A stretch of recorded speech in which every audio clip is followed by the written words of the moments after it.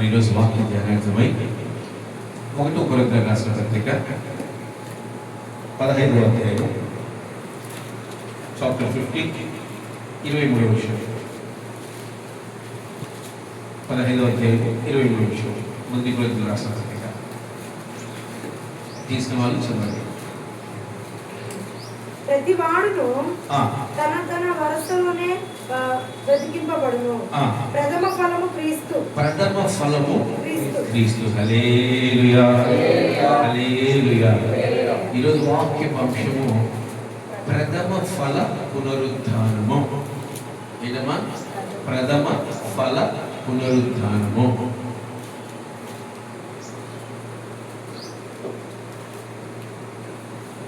పునరుద్ధానం రాసుకున్నారా? సంతోషం. పునరుద్ధానం యాక్చువల్గా మొదటి పునరుద్ధానం ఎప్పుడు జరుగుతుంది? మొదటి పునరుద్ధానము అయ్యారు ఎప్పుడు జరుగుతుంది?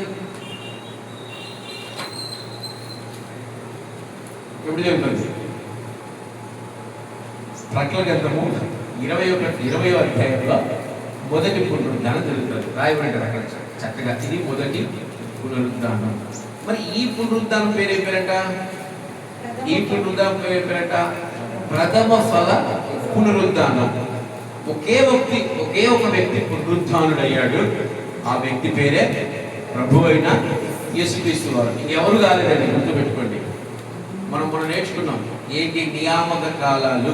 నియామక కాలాల్లో ఒక పండగ పేరు చెప్పాను.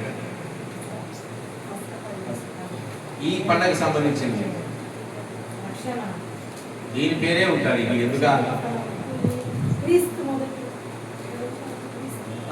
ఒక పండగ పేరు ఉంది. ఏం పేరు చెప్పండి?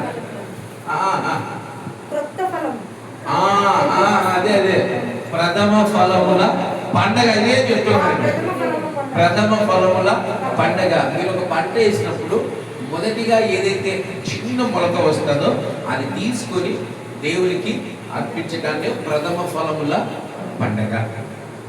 క్రీస్తు మనకు ప్రథమ ఫలము. ఎవరమ్మా? క్రీస్తు మనకు ప్రథమ ఫలము. కనుక ఇప్పుడు ప్రభువైన యేసుక్రీస్తు వారు పునరుద్ధానుడై మనకేం చేశాడు? ఫస్ట్ మనం తెలుసుకోవాలి కదా. పునరుద్ధానం యేసయ్య లేచాడు. అసలు యేసయ్య ఎప్పుడు మరణించాడు, ఎందుకు మరణించాడు, ఎందుకు లేచాడు అనేది ఎంతమందికి తెలుసు? యాక్చువల్గా ఇది ప్రారంభ కాలంలో ఇదంతా ఒక యూనిటీగా ఈ పండగ చేసేవారు. శుక్రవారం మొదలుకొని ఆదివారం వరకు 3 దినాలు ఉపవాసం ఉండి పండగ చేసేవారు. ఎవరు? ఆది అపోస్తలులు. కానీ రాను ఏం చేశారంటే మన వాళ్ళు రోమన్ క్యాథలిక్ వాళ్ళు డివైడ్ చేశారు. మంచి శుక్రవారం అని ఒకటి, మరలా పునరుద్ధానం అని ఇంకొక డేట్ని వాళ్ళు డివైడ్ చేశారు. అసలు ఎందుకు ఇది మనం చెయ్యాలి? మనం ఎందుకు ఈ పండుగ చెయ్యాలి క్రైస్తవుడిగా? అసలు యేసయ్య ఎందుకు మరణించాడు? యేసయ్య మరణించడం వల్ల మనకు కలిగిన లాభం ఏంటి అని ప్రతి ఒక్కరు తెలుసుకోవాలి. యేసయ్య మరణించడం వల్ల మనకు కలిగిన లాభం ఏంటి? యేసయ్య లేచినందుకు మనకు కలిగిన లాభం ఏంటి? మనకి ఇవన్నీ ఏం తెలియదు. మనం ఏం చేస్తాం తెలుసా? ఈస్టర్ ఇంకా ఇటు పక్క తక్కువ. మా సైడ్ అయితే ఎద్దుల బండి మీద ఏదో రంగు నీళ్ళు పెట్టి కప్పెట్టు కొట్టి డ్యాన్సులు వేసి నీళ్ళు చదువుకుంటున్నాం. అదే పండుగ నాకు తెలియదు. మేము కూడా చిన్నప్పుడు రంగుల్లో రంగులు వేసుకొని డ్యాన్స్ ఆడుకుంటూ పోయేవాళ్ళు రోడ్డు పడి. ఏమంటే ఈస్టర్ అనేవాళ్ళు. అసలు ఎందుకు రంగులు కొట్టుకుంటారో తెలియదు, ఎందుకు డ్యాన్సులు ఆడతారో తెలియదు. అసలు అది పండగ సంగతి కూడా తెలియదు. యేసయ్య చనిపోయాడు, కల్వరిలో చనిపోయాడు అనేది మనకు అందరికి తెలుసు కదా. తెలుసా? యేసయ్య కల్వరిలో చనిపోయాడు తెలుసా? ఎందుకు చనిపోయాడు అని ఆయన చనిపోయినప్పుడు మాటలు మాత్రం మన శుక్రవారం జ్ఞాపకం చేసుకున్నాం. అసలు చనిపోవడం ఎందుకు? చనిపోవటం వల్ల మనకేంటి లాభం? చిన్న పిల్లలు ఉన్నారు. ఇప్పుడు హదస్త చిన్న బిడ్డ తిరుగుతూ ఉంటుంది సందర్భం. పిలిస్తే రాదు, సెల్లిస్తారని వస్తారు. మామూలు పిలిస్తే రాదు. ఇది నోవాహు తాత అని వాళ్ళ నేర్పించింది. తాత అంటుంటారు. ఆ సాగు పెట్టాలి. మాకంటే ఎక్కువ మొబైల్ చూస్తున్నారు. ఏం చేయాలి? ఏడ దూకాలు కూడా అడ్డారు. అంటే చిన్న పిల్ల కూడా రా అంటే రాదు, ఇది ఇస్తానంటే వస్తుంది. మరి యేసయ్య ఎందుకు చనిపోయాడు అంటే నాకేంటి లాభం తెలుసుకుంటే మీరు అనుకోవచ్చు. మరి తెలుసుకోవాలి, యేసయ్య మరణించడం వల్ల మనకేంటి లాభం? లాభం లేదు మనం ఏ పని చేయక. ఎంతమంది చేస్తారు లాభం లేదు పని? ఎప్పుడు లాభం లేకుండా వ్యాపారం చేస్తారా? చేస్తారు. నీకు ఒక్కడి కూరగాయలు ఇస్తారు లాభం లేకుండా అంటారా? సంతోషం. లాభం లేకుండా ఏ పని లేదు. కనుక యేసయ్య ఎందుకు మరణించాడు, దానివల్ల మనకేంటి లాభం అనేది మొట్టమొదటిగా మనము తెలుసుకోవాలి. ఈరోజు 7 మాటలు చెప్తాను. 3 మాటలేమో చనిపోయినందుకు మనకు లాభం ఏంటి, 4 మాటలేమో లేచినందుకు మనకు లాభం ఏంటి. అన్ని లాభాలే. నష్టాల గురించి ఈరోజు మాట్లాడతాం, అన్ని లాభాల గురించి మాట్లాడతాం. కనుక యేసయ్య చనిపోవటం వల్ల మన జీవితాల్లో కలిగిన గొప్ప కార్యాలు ఏంటో ఈరోజు మాట్లాడతాం. మొట్టమొదటిగా మత్తయి సువార్త 27వ అధ్యాయము 50వ వచనం తీసిన వాళ్ళు చదవండి. మత్తయి సువార్త 27వ అధ్యాయము 50వ వచనం.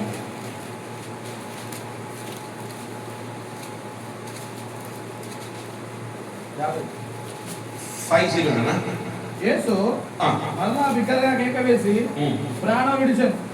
అప్పుడు దేవాలయపు తెర పై నుండి కింద వరకు 2గా చిరిగాను. చాలు. హల్లెలూయా. యేసయ్య ఏమైపోయాడంట? గట్టిగా కేక పెట్టి ఏం చేశాడంట? ప్రాణం పోయింది. అంటే తన ఉద్దేశం ఏంటి? చనిపోయాడు. ఇప్పుడు చనిపోయిన వెంటనే మనకు యేసయ్య ఇచ్చిన గొప్ప ధన్యత ఏంటి, లాభం ఏంటి అనేది ఫస్ట్ మనం బైబిల్ ద్వారా తెలుసుకోవాలి. ఏమైపోయిందంటే యేసయ్య చనిపోతానే దేవాలయంలో ఇదిగో ఇక్కడ ఒక తెర ఉంది చూసారా? ఇట్లా తెర ఉందంట. ఆ తెర ఏమైపోయిందంట? పై నుంచి కింది దాకా చినిగిపోయిందంట. మరి అప్పటిదాకా ఏమన్నా చించే వాళ్ళు ఎవరు లేరా? మాకు చెప్పి మేము చించే వాళ్ళు పుట్టండి పోతాం. ఎందుకంటే అది పరిశుద్ధమైన తెర, చాలా పవిత్రమైన తెర. ఎవరు దాన్ని ముట్టడానికి కానీ దాన్ని చించడానికి కానీ అధికారము లేనే లేదు. మరి యేసుక్రీస్తు ప్రభు మరణించడం వల్ల ఆ తెర ఏమైపోయిందంట? పైనుంచి కింది దాకా చిరిగిపోయింది. ఇప్పుడు ఆ తెర నుంచి ముందు కొంచెం ఫ్లాష్ బ్యాక్ వెళ్దాం. తెర చెప్తే మీకేమర్థమవుతుంది? అసలు తెర ఎవడు కట్టాడు, ఎప్పుడు కట్టాడు, ఎందుకు కట్టాడు ముందు మనం తెలియాలి. ఇప్పుడు నిర్గమకాండం చూద్దాం. నిర్గమకాండము 26వ అధ్యాయము 31వ వచనం చదవండి. నిర్గమకాండము 26వ అధ్యాయము 31వ వచనము. మరియు నీవు నీలధూమ్ర రక్త వర్ణము గల ఒక అడ్డతెరను పెరిగిన సన్న నారతో చేయవలను. అది చిత్రకారుని పని అయిన కెరూబులు గలదిగా చేయవలను. తండ్రి అయిన దేవుడు మోషే భక్తుడికి, ఎవరైనా తండ్రి అయిన దేవుడు మోషే భక్తుడికి ఒక మాటను, హల్లెలూయా, నా సైడ్ మీరు తల నాయనా చిన్నోడా నా సైడ్, మీరు తల వంచుకోవడానికి మందిరానికి రాకూడదు, నేను నా సైడ్ చూడాలి. ఎందుకంటే తల వంచుకుంటే వాక్యము ఎక్కడ ఎవరైనా సరే, పెద్దలైనా చిన్నోళ్ళైనా దయచేసి మన మందిరంలో ఒక సిస్టమాటిక్ ఉందాం. ఎందుకంటే వాక్యం చెప్పేటప్పుడు నా సైడ్ చూడకుంటే ఆ చెప్పిన వాక్యం మీకు అర్థం కాదు, అసలు ఏం చెప్తున్నారో నాకు అర్థం కాదు. దయచేసి మీరు రాసుకోకుండా పర్లేదు, నష్టమేం లేదు. లేదు ఇక్కడ రాసుకోండి, ఇట్లా ప్రాక్టీస్ చేయండి. నేను అట్లే ప్రాక్టీస్ చేసేవాడిని. కనుక నా సైడ్ చూడండి, మీకు అర్థమవుతుంది నేనేం చెప్తున్నానో మీకు అర్థమవుతుంది. హల్లెలూయా. తండ్రి అయిన దేవుడు భక్తులైన మోషేకి ఒక చక్కని మాట చెప్తున్నాడు. నువ్వు ప్రత్యక్ష గుడారం అనేది ఒకటి ప్రిపేర్ చేయి. ఏం చేయాలంట అని మీకు తెలుగులో అర్థమయ్యే భాష అంటే, దేవాలయాన్ని రెడీ చెయ్యి. రెడీ చేసిన తర్వాత ఒక తెరను పెట్టు. ఈ తెర ఏం చేస్తుందో చెప్తాను మీకు. రెండవ ఇక్కడ కూడా ఉంది, చదవండి. 33వ వచనం చదవండి. ఆ అడ్డతెరను కొలుకుల తగిలించి సాక్ష్యపు మందసము అడ్డతెర లోపలికి తేవలను. ఆ అడ్డతెర పరిశుద్ధ స్థలమును అతి పరిశుద్ధ స్థలమును వేరు చెయ్యును. ఈ తెర ఎందుకు పెట్టారంట? పరిశుద్ధ స్థలమును అతి పరిశుద్ధ స్థలమును వేరు చేసేదాన్ని ఏమంటారు నాయన? తెర. ఏమంటారు? తెర. ఇక్కడికి అంటే ఈ స్థలం ఉంది కదా, ఈ స్థలానికి ఎంతమంది వచ్చి ఎంతమంది కూర్చొని పోవాలని కోరిక కోరుకుంటారు చెప్పండి. ఎవరికైనా ఎప్పుడైనా ఆశ ఉందా?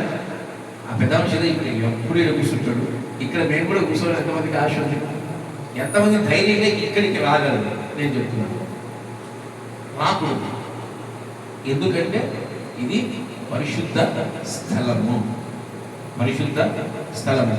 అప్పట్లో తండ్రిన దేవుడు ఏం చేశాడు తెలుసా? పరిశుద్ధ స్థలాన్ని అతి పరిశుద్ధ స్థలానికి మధ్యలో ఒక తెరను పెట్టాడు. అనగా ఇది యాజకులు పరిచర్య చేసే స్థలము.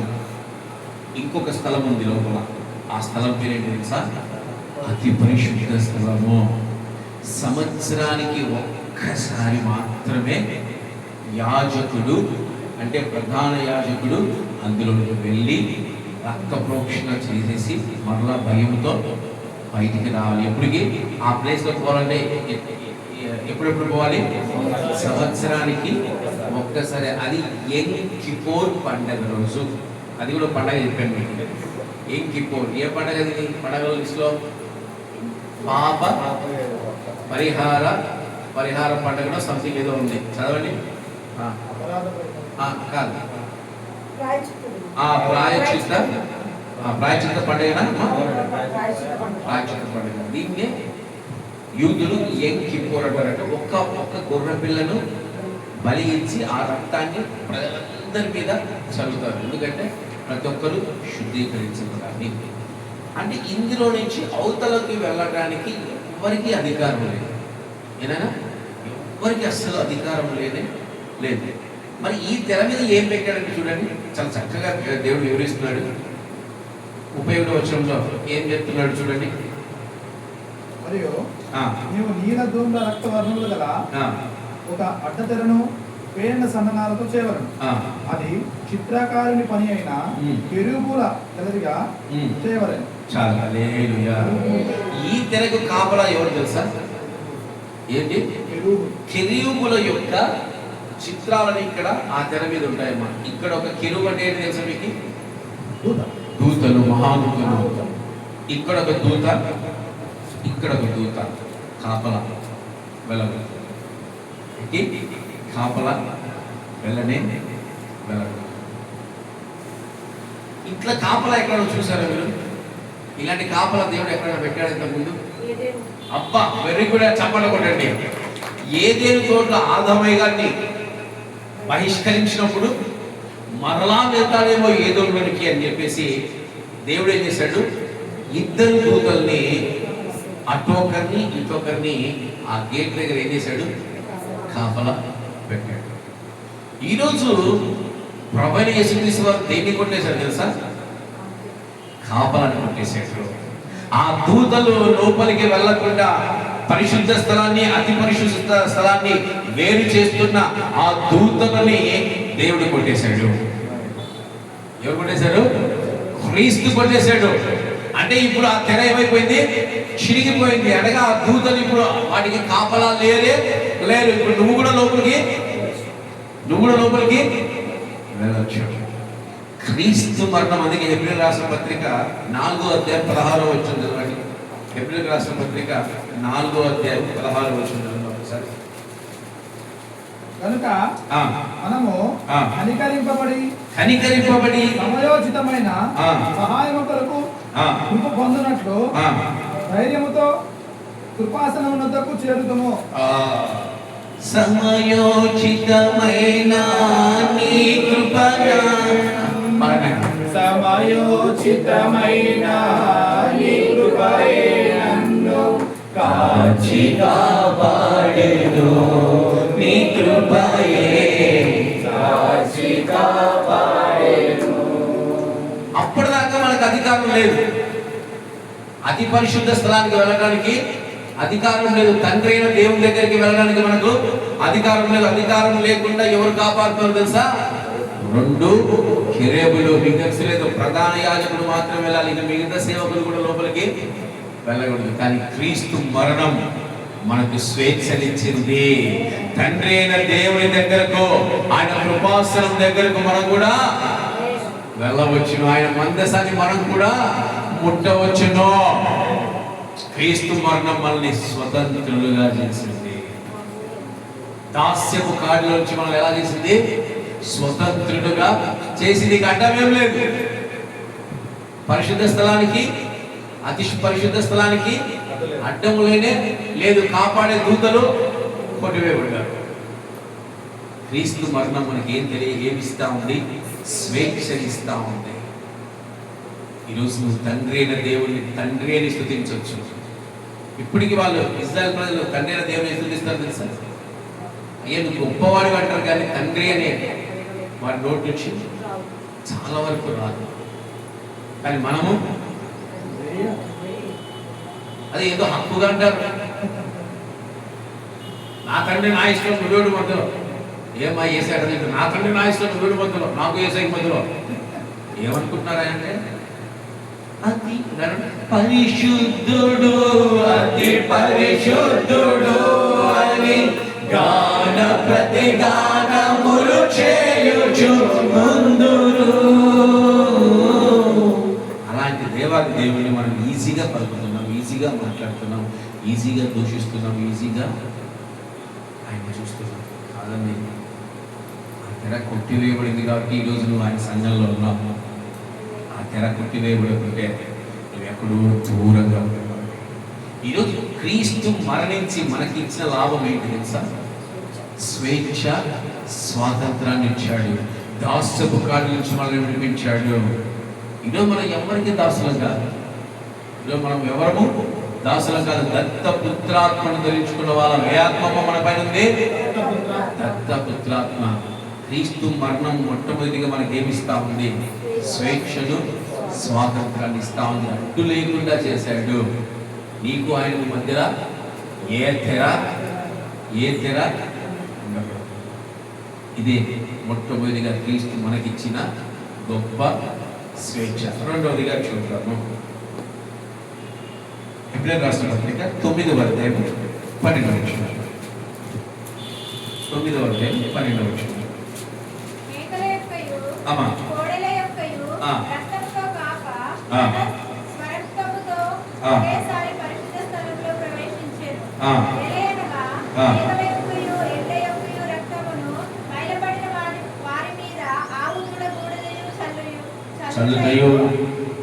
శరీరశుద్ధి కలుగునట్లు వారిని పరిశుద్ధపరిచిన యెడల నిత్యుడగు ఆత్మ ద్వారా తన్ను తాను దేవునికి నిర్దోషినిగా అర్పించుకొనిన క్రీస్తు యొక్క రక్తము నిర్జీవ క్రియలను విడిచి జీవము గల దేవుని సేవించుటకు మీ మనస్సాక్షిని ఎంతో ఎక్కువగా శుద్ధి చేయును.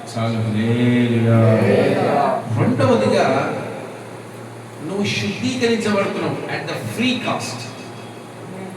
క్రీస్తు మరణం మనకు రెండవదిగా ఏమిచ్చింది? శుద్ధి ఇచ్చింది అట్ ఫ్రీ కాస్ట్. ఆ కాలంలో శుద్ధి చేసుకోవాలి అంటే, పాపం నుంచి విమోచన పొందాలంటే గొర్రెపిల్ల కొనాలి. ఇప్పుడు గొర్రెపిల్ల కొందామా అన్నారు, రేట్ ఎక్కువ అన్నారు, నా జీతంలో పెట్టాలా అంతేనా? కొంతమంది ఎద్దులు కొనేవాళ్ళు. గొర్రెపిల్ల కొనడం మేలన్నా ఎద్దనొద్దు, అది ఇంకా ఎక్కువ కాస్ట్ అనుకుంటారు.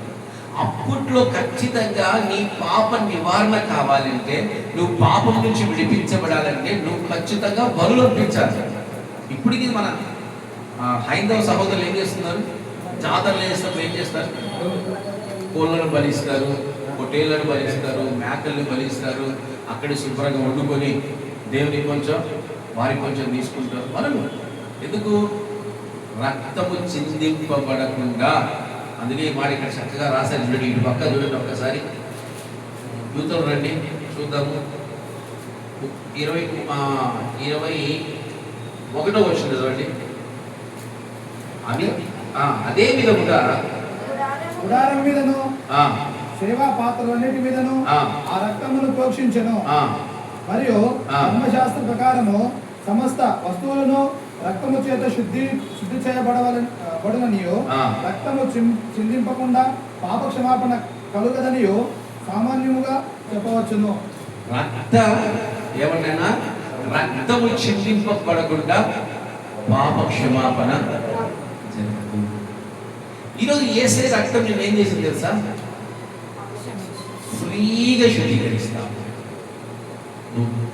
నువ్వు పొడి కొనవసరం లేదు, నువ్వు మేకను కొనవసరం లేదు, నువ్వు ఎద్దులు కొనాల్సిన అవసరం లేదు, నువ్వు దూడను కొనాల్సిన అవసరం లేదు.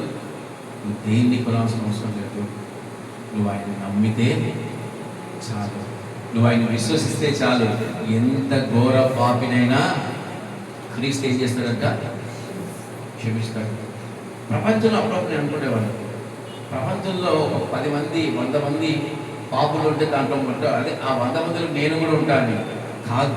కొంతమంది సాక్ష్యాలు విన్నప్పుడు నేను చాలా చిన్నవాడిని అనిపించింది. మిగతా ఒక వ్యక్తి సాక్ష్యం విన్నాను, ఈ మన దేశం కాదు, ఆయన ఫారిన్ కంట్రీలో ఉండే వ్యక్తి.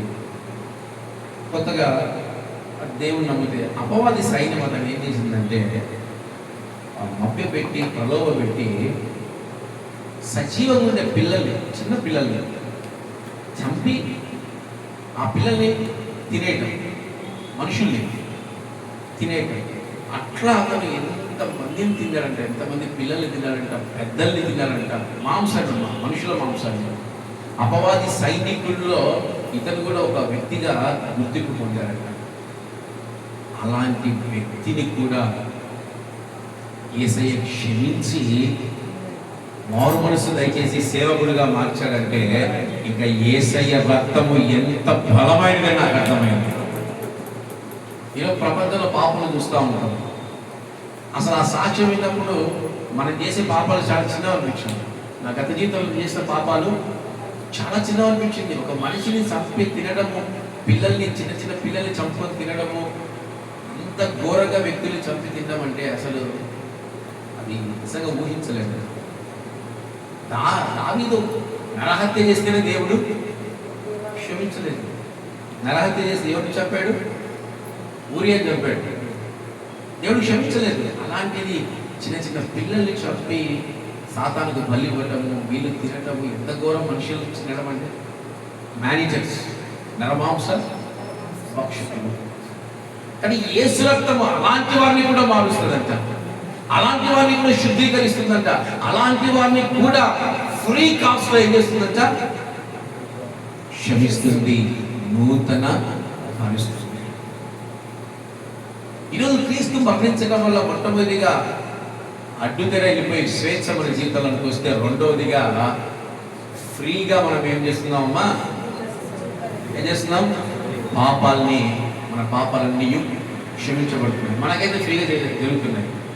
రోమన్ క్యాథలిక్ అంటే ఇప్పుడు జరుగుతుందో లేదో నాకు తెలియదు. పాతకాలంలో ఏం జరిగేదంటే, ఒక సేవకుడు ఒక దోతర్ లాంటి ఒక రూమ్లో కూర్చుంటాడు. సేవకుడు ముఖం కనిపించాడు, బయట వాళ్ళ ముఖం కనిపించాడు. ఆ బయట వాళ్ళు ఏం చేయాలి సార్? సేవకుడు ఇచ్చి పాపాలన్నీ ఒప్పుకోవాలి. ఏం చేయాలి? పాపాలను ఒప్పుకొని అప్పుడు చెప్తాడు, ఇన్ని పాపాలు చేస్తే నువ్వు ఇంత డబ్బులు చెల్లించాలి. లూథరన్ బ్రదర్, లూథరన్ సంఘాలు ఆయన దీన్ని చీల్చి చెందాడి తీసేసాడు. అప్పుడు దాకా ఇన్ని పాపాలు చేస్తే ఇన్ని డబ్బులు ఇవ్వండి సేవకుడికి. చీకటి కాలం లూథరన్ బ్రదర్ తీసేసారు. సిస్టర్ని ఆయన ఖండించి ఇలాంటి సంఘాలు స్థాపించడానికి ఆయన ప్రయాసపడ్డాడు. ఈరోజు నీ పాపం కొరకు చిందించబడింది సేవకుడు రక్తాన్ని చిందించాడా? మీ పాపాలు నాకెత్తే ఏమొస్తుంది? నా దగ్గర ఇంకా ఏమవుతారు? చులకన అయిపోతారు. నీ పాపాలు చెప్పవలసింది ఎవరికి?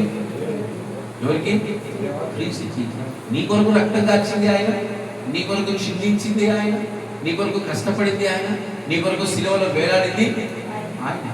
కనుక నీ ప్రతి పాపము ఆయన మాత్రమే శుద్ధీకరిస్తాడు. ప్రపంచంలో ఏ సేవకుడు ఎవరి పాపాలను తీసివేయడు. గుర్తుపెట్టుకోండి, ఒక్క ప్రభు అయినా యేసుక్రీస్తు వారిని తప్ప.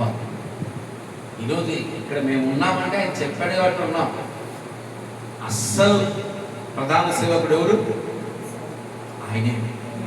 ఈరోజు నిన్ను ఉచితంగా నేను క్షమిస్తున్నాడు, ఉచితంగా నీ పాపాలన్నింటినీ కడిగి వేస్తున్నాడు. నువ్వు ప్రాణం పోకుండా ఈరోజు ఆయన సన్నిధానంలో ఉన్నామంటే ఆయన రక్తం వల్ల. ఈరోజు ఎంతమంది దానియేలు అన్నాడు 3 సార్లు ఒకే రోజు హార్ట్ అటాక్ వస్తే చనిపోయారంట. వాడు నేను ఎందుకు చనిపోలేదని వాడు ఆశ్చర్యపోతే నేను ఒకటే చెప్తున్నాడు, ఎప్పుడు చెప్పింది, నువ్వు సేవకుడు ఇలా అంత తొందరగా పోవు. మొన్న చైన్ వస్తుందని సిస్టర్ గారు చెప్తే, అన్న పక్షవాయువు ఏమన్నాను, నేను ఆయన సేవ గట్టిగా చేయగలమ్మా, నాకు పక్షవాయువు దేవుడు ఇవ్వడు. విశ్వాసం. అవునా కదా? మరి అలాంటి నీవు ఈరోజు సజీవ లెక్కలో నీ ప్రాణం రక్షించబడి సజీవ లెక్కలో ఉన్నదానికి కారణం ఎవరు? ఆయన మరణించాడు కనుక నేను బ్రతికిస్తున్నాడు. ఆయన రక్తం కార్చాడు కనుక నువ్వు శుద్ధీకరించబడుతున్నావు. అందుకే పేతురు గారు ఏమంటారు ఎంతమంది గుర్తుంది? 1 పేతురు రాసిన పత్రిక 1వ అధ్యాయం 18వ వచనంలో ఏముంది? 19వ వచనంలో చదవండి, చూడండి. 1 పేతురు రాసిన పత్రిక 1వ అధ్యాయం 19వ వచనం. అమూల్యమైన రక్తము చేత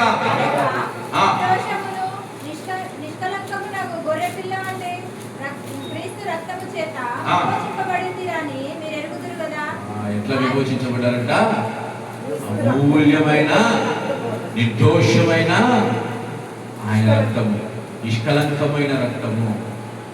అందుకే నువ్వు సజీవ లెక్కలో ఉన్నావు, నువ్వు సజీవుడిగా ఉంటున్నావు. క్రీస్తు మరణించడం వల్ల రెండోదిగా ఏంటి లాభం నీకు? ఏంటమ్మ లాభము? ఉచితంగా శుద్ధీకరించబడుతున్నావు. క్రీస్తు సజీవంగా ఉన్నప్పుడు కూడా చాలా మంది ఇప్పుడు ప్రభువైన యేసుక్రీస్తు పస్కా చేసేది అర్థం ఏంటి తెలుసా? అక్కడ ఒక పశువును వధించారు, అక్కడ మాంసం వారు దేవుడికి అర్పించి తిన్నారని అర్థం. మరి ఇప్పుడు నువ్వేం చేస్తున్నావు? ఫ్రీగా దేవుడి యొక్క కార్యాన్ని అనుభవిస్తున్నావు. క్రీస్తు మరణించడం వల్ల నాకేంటి లాభం అంటే నిన్ను ఫ్రీగా శుద్ధీకరిస్తున్నాడు. మొట్టమొదటి చెప్పండి, క్రీస్తు మరణించడం వల్ల నీ జీవితంలో ఏమొచ్చింది? స్వేచ్ఛ, స్వాతంత్రం. యావత్తలకు నీ కామరాలు లేవు, అడ్డుదర నీకు లేనే లేదు. రెండవదిగా క్రీస్తు మరణించడం వల్ల నీ జీవితంలో ఏమొచ్చిందమ్మా? నువ్వు పాపం ఏదైనా చేసావంటే నువ్వు మోకరించి ప్రార్థించి ఉచితంగా నీ పాపాలు కడగబడతాయి. చాలా మంది సేవకులు పర్సనల్ అపాయింట్మెంట్ ఇవన్నీ మీకు స్పెషల్ ప్రార్థన చేస్తామంటే పర్సనల్ అపాయింట్మెంట్ ఏంటంటే తెలుసా? కాసు కొట్టు ప్రార్థన కూడతాను, డబ్బులు ఇస్తే ప్రార్థన చేస్తాం. ఉచితంగా ఇచ్చాడమ్మా ఆయన, ఉచితంగా ఇవ్వాలి. ఉచితంగా ప్రార్థన చేయాలి సేవకులు, తప్పది. డబ్బులు తీసుకొని ప్రార్థన చేయకూడదు. ఈరోజు ఉచితంగా పాపక్షమాపణ జరుగుతూ ఉంది నీ కొరకు. ఎవరు సేవకులు డబ్బులు తీసుకుని ప్రార్థన చేయడానికి చెప్పండి, చాలా తప్పు. ఇది బైబిల్కి విరోధమైన చర్య. ఈరోజు క్రీస్తు మరణించినందుకు నీకేం జరుగుతూ ఉంది? ఉచితంగా నీ పాపాలు క్షమించబడుతున్నాయి. మూడవదిగా చూద్దాం, రోమిలకు రాసిన పత్రిక 8వ అధ్యాయం 4వ వచనం. 8వ అధ్యాయం 4వ వచనం. శరీరం అనుసరింపక ఆత్మను అనుసరించి నడుచుకొని మనయందు ధర్మశాస్త్ర సంబంధమైన నీతి విధి నెరవేర్చబడగలనని పాప పరిహారము నిమిత్తము దేవుడు తన సొంత కుమారుని పాప శరీరాకారంతో పంపి ఆయన శరీరమందు పాపమునకు శిక్ష విధించెను. ఏదైనా మూడవదిగా శిక్ష. పాపమనే ఆ ఆదాము తెచ్చిన శాపమును ఏం చేశాడు తెలుసా? కొట్టివేశాడు. ఈరోజు మరణిస్తే ఎక్కడికి వెళ్తావమ్మా? మరణిస్తే ఎక్కడికి పోతావమ్మా? నాకు ఇప్పుడే మరణం ఉందన్నయ్యా, 2 పిల్లలు ఉన్నారన్నయ్యా, ఎంత పని చేస్తా ఉన్నాయా నువ్వు అంటావా? ఏదో నువ్వు చచ్చిపోతాగా, చచ్చిపోయిన తర్వాత నువ్వు ఎక్కడికి వెళ్తావు అమ్మా? భారతక్క పరలోకానికి రావడం గట్టిగా చెప్పింది, డిసైడ్ అయిపోయింది పరలోకానికే. ఎందుకంత ధైర్యంగా చెప్తున్నావు నేను పరలోకానికి వెళ్తాను? అవిట్ కోసం ఎందుకమ్మా అంత ధైర్యం ఎక్కడిది నీకు? ఆయన ఏం చేశాడు? కొట్టేశాడు. ఆదామయ్య గారి యొక్క శాపాన్ని, మరణ శిక్షణ ఏం చేశాడు దేవుడు? కొట్టివేసి నిన్ను ఏం చేస్తున్నాడు? తన రాజ్యానికి ఆయన తీసుకెళ్ళబోతా ఉన్నాడు. తన రాజ్యానికి తీసుకెళ్ళబోతా ఉన్నాడు. క్రీస్తు మరణించడం వల్ల నాకేంటి లాభం? ధైర్యంగా నేను పరలోకానికి వెళ్తానని ఎంత ధైర్యంగా చెప్తా ఉన్నాను. సంతోషం, నిజంగా సంతోషం. నువ్వు మరణిస్తే నువ్వు ఎక్కడికి వెళ్ళాలి? క్రీస్తు దగ్గరికి మాత్రమే వెళ్ళాలి. ఎందుకు? నువ్వు ఆయన్ని తెలుసుకున్నావు, నువ్వు ఆయన్ని అనుసరిస్తున్నావు, నువ్వు ఆయన్ని వెంబడిస్తున్నావు. నీవు ఆయన ద్వారా నూతన పరచబడ్డావు. ఆదాము గారు ఇచ్చిన శాపాన్ని ఏం చేస్తున్నాడు క్రీస్తు? ఇది తెలియక మీకు తెలుసలేదో యాగాలు చేస్తా ఉన్నాడు. మా కుటుంబం మీద శాపం ఉంది, ఆ శాపం మాకు పోలేదని పూజారి దగ్గరికి వెళ్తే ఏం చేస్తారు తెలుసా? యాగాలు చెయ్యండి. యాగాలు చేస్తే ఏమవుతాయి? శాపము పోతాదేమో. ఆ యాగాలు చేయడానికి దేవునికి ఇంత సమర్పించాలి, దేవునికి ఇంత ఇవ్వాలి, దేవునికి ఇంత చెయ్యాలి. ఇంకా కొంతమంది ఉన్నారు, నరబలి ఇవ్వండి శాపం పోతుంది నీ కుటుంబం మీద. ఏమవుతుందమ్మా? నరబలి ఇస్తే ఏమవుతుందంట? నరబలి అంటే ఏంటి? మా ప్రాంతం నంద్యాల ప్రాంతం, మీకు తెలుసు చాలా నరబలు జరుగుతూ ఉంటాయి. అక్కడ నల్లమల్ల ఫారెస్ట్ ఉంది, అక్కడ గుప్త నిధులు ఉంటాయి. గుప్త నిధులు లేపడానికి పొరపాటున ఎవరైనా నమ్మెళ్తే తీసుకెళ్తారు, స్నేహితులుగా ఉండి తీసుకెళ్తారు, మళ్ళీ రారు. ఏం చేస్తారు తెలుసా?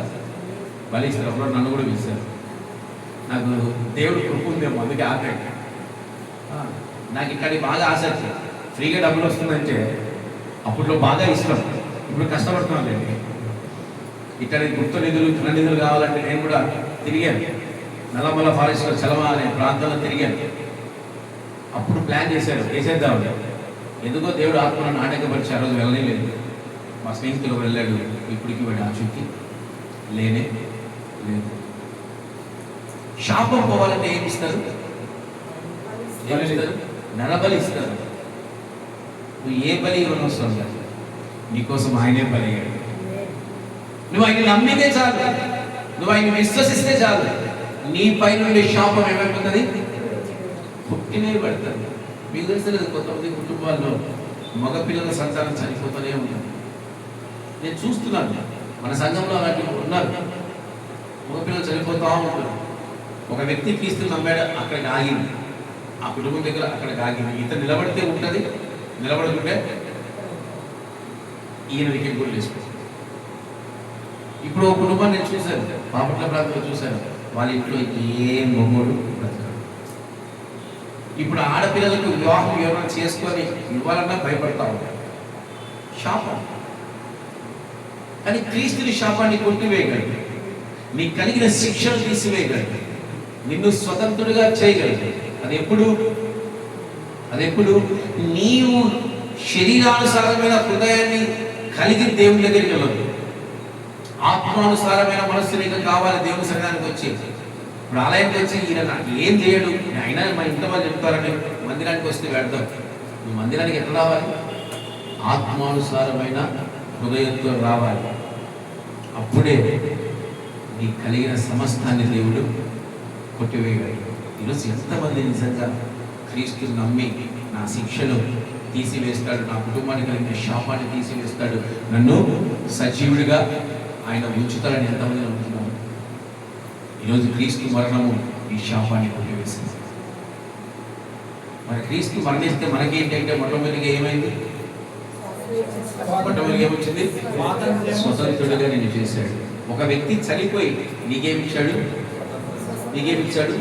స్వాతంత్రాన్ని ఇచ్చాడు. రెండవదిగా ఉచితంగా నీ పాపాలు శుద్ధీకరిస్తాడు. మూడవదిగా నీ పైన శాపాన్ని పూర్తిగా కొట్టివేసి ఇప్పుడు నువ్వు దేనికి వారసుడివి? నువ్వు దేనికి వారసురాలు? పరలోక రాజ్యానికి. నిజమే వెళ్తారా? అని కూడా తీసుకోండి. సంతోషం. క్రీస్తు మరణం వల్ల మనకు కలిగిన లాభాలు. ఇప్పుడు పునరుద్ధరణ వల్ల మనకేం వచ్చింది? ఇది మరణం వల్ల మనకు కలిగిన లాభాలు. ఇప్పుడు యేసయ్య ఎందుకు జరిపాడు చెప్పండి? చిన్న వాడుక భాషలో యేసయ్య ఎందుకు జరిపాడు? స్వేచ్ఛను ఇవ్వడానికి, పరిశుద్ధపరచడానికి, శాపాన్ని. సింపుల్. ఎందుకు యేసయ్య జరిపాడు? ఎవరైనా అడిగారు అనుకో చెప్పండి. ఉచితం, ఫ్రీ. మా యేసయ్య అన్ని ఏమిస్తాడు? Free free free. చాలా మందికి యేసయ్య ఎందుకు చనిపోయాడు కూడా తెలియదు. రోమీలకు వ్యతిరేకంగా మాట్లాడాడు, అందుకే చంపేశారంట. చాలా అబద్ధం. యేసయ్య చనిపోయింది నీ కొరకు, నా కొరకు. మరి యేసయ్య తిరిగి లేవడం వల్ల మన జీవితాల్లో ఏంటి లాభం? మళ్ళీ లాభం, నష్టం కాదు. ఈరోజు అన్నీ లాభాలే. మరి యేసయ్య తిరిగి లేవడం వల్ల మన జీవితాల్లో వచ్చిన లాభం ఏంటి అని చూద్దాం. యోహాను సువార్త మొట్టమొదటి పాయింట్ చెప్తాను నేను. యోహాను సువార్త 20వ అధ్యాయము 11, 12 వచనాలు చదవండి. అయితే ఆ. మరియ సమాధి బయట నిలిచి ఆ. ఏడ్చుచుండెను. ఆమె ఆ. ఏడ్చుచు సమాధిలో వంగి చూడగా ఆ. తెల్లని వస్త్రములు ధరించిన ఇద్దరు దేవదూతలు ఆ. యేసు దేహము ఉంచబడిన స్థలములో తలవైపున ఒకడును కాలు వైపున ఒకడును కూర్చుండుట కనబడెను. ఆ. వారు అమ్మ ఎందుకు ఏడ్చుచున్నావని ఆమెను అడగగా ఆ. ఆమె నా ప్రభువుని ఎవరో ఎత్తుకొని పోయిరి, ఆయనను ఎక్కడ ఉంచిరో నాకు తెలియదని చెప్పాను. చాలు. హల్లెలూయా. హల్లెలూయా. మళ్ళీ ఇద్దరు వచ్చారు. మళ్ళీ ఎవరు వచ్చారు? మళ్ళీ ఎవరు వచ్చారు? ఇద్దరు దేవదూతలు. మళ్ళీ ఇద్దరు దేవదూతలు. అవునా కదా? మొట్టమొదటిగా ఇద్దరు దేవదూతలు మౌనంగా లేరు. వారు సాక్ష్యం ఇస్తున్నారు. అమ్మా, నువ్వు వెతుకుతున్న యేసు ఇక్కడ లేడు. మాట్లాడుతారు దేవదూతలు, ఖాళీగా లేదు, చాలా చక్కగా మాట్లాడుతున్నారు. అవునా కదా? కొంత మౌనంగా ఇక్కడ తెర మీద ఉన్నట్టుగా వాళ్ళు మౌనంగా లేదు. అసలు యేసయ్య చనిపోయిన తర్వాత ఆ సమాధిలో ఇద్దరు దేవదూతలు ఎందుకున్నారు? వై ఎందుకున్నారు? దేవుడు చెప్పాడు కాబట్టి కాపులా ఉన్నారా? ఎందుకున్నారు? అమ్మా, మొయ్యడానికా? మళ్ళీ అక్కడికి వెళ్తాం. మళ్ళీ మొదలుకి పోదాం. ఆదికాండము నేను ఇందాక కూడా చెప్పాను. ఏదేమి తోటలో 3వ అధ్యాయం 24 వచ్చింది చూడండి. ఆదికాండము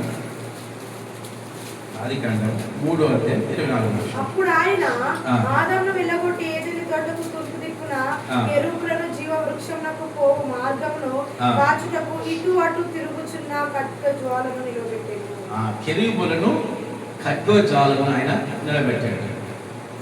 ఆదామయ్య గారిని ఎందుకు లోపలికి రానివ్వలేదు? దేవాదేవుడు ఎందుకు లోపలికి రానివ్వకుండా వాళ్ళని పెట్టాడు? ఎవరిని? దేవదూతల్ని పెట్టాడు. చెప్పండి,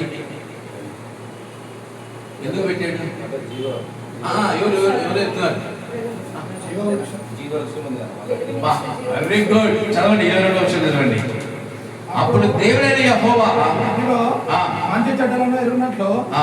ఆదాము మనలో ఒకని వంటి వాడాయను. ఆ. కాబట్టి ఆ. అతడు ఒకవేళ తన ఆ. చెయ్యి చాచి జీవ వృక్షమును కూడా తీసుకొని తిని నిరంతరము జీవించునేమో అని హల్లెలూయా. హల్లెలూయా. బ్రదర్ ఒకసారి సపోర్ట్ వచ్చండి. సంతోషం.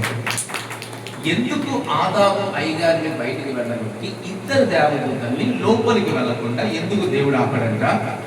పొరపాటున ఆదామయ్య గారు లోపలికి వెళ్ళి జీవవృక్ష ఫలమును తినేసి నిరంతరము జీవిస్తాడేమో అని దేవుడు ఏం చేశాడు? ఇద్దరు కెరూబుల్ని ఏం చేశాడు? అక్కడ కాపలాగా పెట్టాడు. అవునా కదా? మనం ఎందుకు చిన్న ఉదాహరణ, సందీప్ని హాస్పిటల్లో పెట్టినప్పుడు లోపలికి పోదామంటే ఒక సమస్య, ఏ హాస్పిటల్ కూడా ఒక సమస్య. ఎవరుంటారు? Security guard. బాబు డబ్బులు ఇస్తాం పంపురా, పక్క తీసుకొచ్చి అంటే ఎక్కడికి వెళ్ళినా ఇదే సమస్య. హాస్పిటల్కి వెళ్తారు, ప్రైవేట్ కానీ గవర్నమెంట్ కానీ. ఆదామయ్య గారు కూడా పాపం అదే సమస్య పడ్డాడు. తిరిగి ఏదేని తోటలోనికి వెళ్ళకుండా ఆదామయ్య గారు తనకు కలిగిన ఏమంటారు ధన్యతను కోల్పోయాడు. ఇప్పుడు ఇద్దరు దేవదూతలు ఏం చేస్తున్నారు? ఏదేని తోటకు ఏం చేస్తున్నారు? కాపలా ఉంటున్నారు. ఇప్పుడు ఇంకొక వ్యక్తి వచ్చారు నాయన. యోహాను సువార్త చదవండి. 19వ అధ్యాయం 41వ వచనం. 19వ అధ్యాయం 41వ వచనం. ఆయనను సిలువ వేసిన స్థలంలో ఒక తోట ఉండెను. చాలు. హల్లెలూయా. యేసయ్యని ఎక్కడ పాతి పెట్టారు తెలుసా? యేసయ్యని ఎక్కడ పాతి పెట్టారు? యేసయ్యని పాతి పెట్టినది కూడా ఎక్కడైనా ఒక తోట. ఏదో తోట కాదు, ఒక తోట. ఆ రోజు ఏదేల్లో జీవవృక్ష ఫలాన్ని తినకుండా ఆదాము ఎలాగైతే అర్హతను కోల్పోయాడో, ఈ రోజు నిజమైన జీవము ఎవరట? నిజమైన జీవం ఎవరు?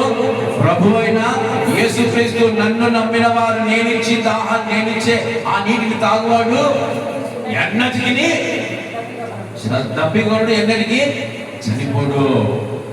ఎవరితో చెప్తాడు ఈ మాట? సమరయ స్థితిలో చెప్తున్నాడు. ఎవరు చెప్తున్నాడు? ఈరోజు నిజమైన జీవవృక్షం ఎవరు తెలుసా? ప్రభు అయిన యేసు. ఆయన జీవం ఉంది. నేనే మార్గము, నేనే సత్యము, ఏదేని తోటలో కోల్పోయిన జీవాన్ని ఇప్పుడు దేవుడు అదే తోటలో ఎవరైతే వెళ్ళకుండా కాపలా పెట్టారో ఆ కాపలా కలిగిన ఇద్దరు దేవదూతలు ఏం చెప్తున్నారు? ఎలాంటి మీ జీవం బయట ఉంది,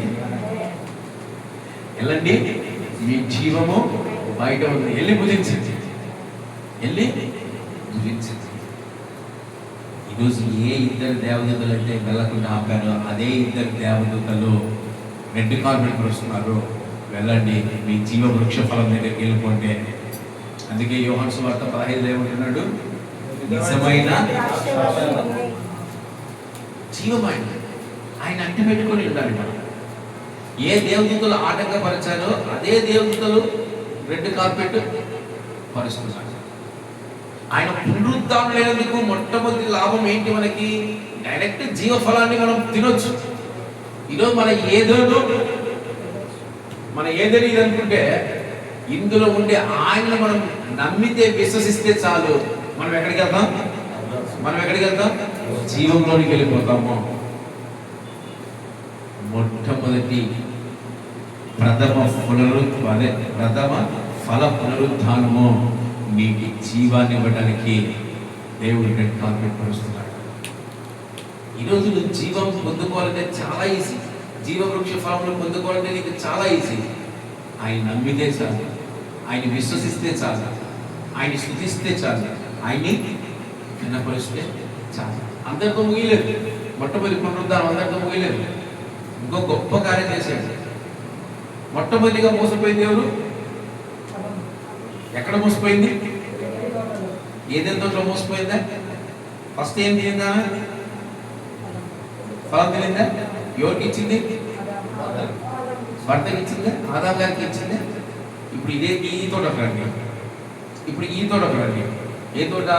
ప్రభువైన యేసుక్రీస్తు వారిని దాచిపెట్టిన తోట. ఇప్పుడు ఆ తోటలో ఏం జరిగింది తెలుసా? ఏదైతే స్త్రీ కోల్పోయిందో మరలా ఆ స్త్రీ ఏదైనా తోటలో కోల్పోయినది ఈ తోటలో పొందుకుంది. ఇప్పుడు అక్కడ కోల్పోయిన ధన్యత మొట్టమొదటిగా జీవాన్ని తెలుసుకున్న వ్యక్తి ఎవరు తెలుసా? స్త్రీ. ఆమె తెలుసుకున్న తర్వాత ఎవరు చెప్పింది? ఆమె ఎవరు చెప్పింది? అపోస్తులకు చెప్పింది. ఎక్కడైతే ధన్యత కోల్పోతారో దేవుడు అక్కడే ధన్యతను దయచేస్తారు. ఈరోజు స్త్రీలు మీరు చెప్తే సువార్త మాకు వచ్చింది. స్త్రీలు చెబితే సువార్త ఎవరికి వచ్చింది? పురుషులకు వచ్చింది. అందుకే ఏ సంఘంలో చూడండి బాగా వాడేవాడే వాళ్ళు స్త్రీలే ఎక్కువ ఉంటారు. స్త్రీల కూడికలు పురుషుల కూడికలు లేవు. ఎవరి కూడికలు ఉంటాయి? స్త్రీల కూడికలు. పురుషులు ఏడ్చమని చెప్పండి. ఓ బాగా గాయమై పెళ్ళాం కొట్టి పెళ్ళాం అవమాన పరిస్థితి తప్ప పురుషులకు ఏడుపులు రావు. అదే స్త్రీలకు చెప్పండి, ఏడవండి ధారాళంగా ఏడుస్తారు. ఒకసారి ఇలా ఏడుపు చూస్తే నాకు భయం వేస్తుంది. దేవా ఇచ్చాడు ఏడుపు నాకెందుకు రాదు దేవా. ఏది కోల్పోయాలో దేవుడు మీకు ఇచ్చాడు. మీరు కోల్పోయింది మొదటి పునరుద్ధానంలో మీకు ఇచ్చేసాడు దేవుడు. అనగా ఇది ప్రథమ ఫలం పునరుద్ధానంలో మీరు పొందుకున్నారు. స్త్రీలు మీరే పాడు చేశారని చెప్పండి, మేమే బాగు చేశామని చెప్పండి ధైర్యంగా. ఎవరైనా అంటా ఉంటారు కదా, అమ్మమ్మ వల్లే మా బతుకులు ఇట్టైనా అన్నారనుకో చెప్పండి, మా వల్లే క్రీస్తు సువార్త మీరు తెలుసుకున్నారు, మా వల్లే సంఘాల్లో ఉద్యమాలు వస్తున్నాయి ధైర్యంగా చెప్పండి. నిజం. స్త్రీలు వాడబడినట్టు సంఘాలు పురుషులు వాడబడలేకపోతున్నారు. ఎందుకంటే పురుషులు తప్పు కాదు, మీరు సంపాదిస్తారు, మీరు కష్టపడతారు, వాళ్ళు ప్రార్థిస్తారు. వాళ్ళు ఏం చేస్తారు? అది వాళ్ళ ధన్యత. క్రీస్తుని మార్తా మరియలు అంటి పెట్టుకున్నందుకు ధన్యత వాళ్ళు. ఈరోజు క్రీస్తుని ఎంతమంది అంటి పెట్టుకున్నారు తెలుసా? అంటి పెట్టుకున్నందుకు ఆయన ఎవరికి అన్యాయం చేయలేదు. మొట్టమొదటిగా అమ్మ మీ నుంచి ధన్యత పోయింది, ఇప్పుడు మీ నుంచే ధన్యత ఇస్తున్నా. ప్రథమ ఫల పునరుద్ధానం ఏం చేసింది? లేపింది స్త్రీలని. అలాగే మనం కోల్పోయిన జీవ వృక్ష ఫలములను భుజించే ధన్యతను ప్రథమ ఫల పునరుద్ధానం మనకు అందించింది. ఇంతకంటే గొప్ప ధన్యత మన జీవితంలో ఏముంటుంది? ఏముంటుంది? ఏది ఉంది? ఈరోజు జీవ వృక్ష ఫలములు తినగలము. ఎక్కొద్దు. ఏదో తోట ఎక్కడుంది? టర్కీ దగ్గర ఉందంటే నేను టర్కీకి పోయి ఎత్తుకుతా. ఎందుకంటే మీకు మీ ఇంట్లో మీ కుటుంబంలో క్రీస్తుని జీవం మీతోనే ఉంటే ఆ ఫలం ఇచ్చే ఫలాలు తినండి. ఆత్మ ఫలాలను రాయబడింది. ఎన్ని కావాలంటే అన్ని ఫలాలు తినచ్చు. ఏరా ఫలాలతో ఏదో తోటి పోవాల ఫలాలు తినాలంటే ఆత్మ ఫలాలు కొరింథీయుల రాసిన పత్రికలో ఉంది, రోమీయుల రాసిన పత్రికలో ఉంది. ఆత్మ ఫలములు అనేకములు. ఒక్కొక్క ఫలం తింటా ఉంటే అబ్బా. ఇవన్నీ ఎవరిచ్చారు? మొదటి ప్రథమ ఫల పునరుద్ధానం ఇచ్చింది. పునరుద్ధానం అనొద్దండి, ప్రథమ ఫల పునరుద్ధానం. పునరుద్ధానం ఎప్పుడు వస్తుందో తెలుసా? ప్రకటన గ్రంథము 20వ అధ్యాయంలో మొదటి పునరుద్ధానం చక్కగా వ్రాయబడింది. ఇది మొదటి పునరుద్ధానం కాదు, ప్రథమ ఫల పునరుద్ధానం.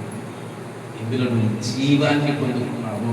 జీవజలం నేరుగా నువ్వు తాగొచ్చు, నేరుగా ఆయన ఇస్తాను నీకు, తాగొచ్చు. ఆత్మ ఫలాలు ఇస్తాను నీకు, అనుభవించు. ఏం చేసింది పునరుద్ధానం? క్రీస్తు పునరుద్ధానం నీకు జీవం ఇచ్చింది. అంతకంటే గొప్ప తెలియదు ఈ లోకంలో ఏదో లేదు. చెప్పండి. అయితే చక్కగా ఆయన పిలుస్తాడు తెలుసా? మత్తయి సువార్త 28వ అధ్యాయం 5వ వచనం చదవండి ఒకసారి. మత్తయి సువార్త 28వ అధ్యాయం 5వ వచనం.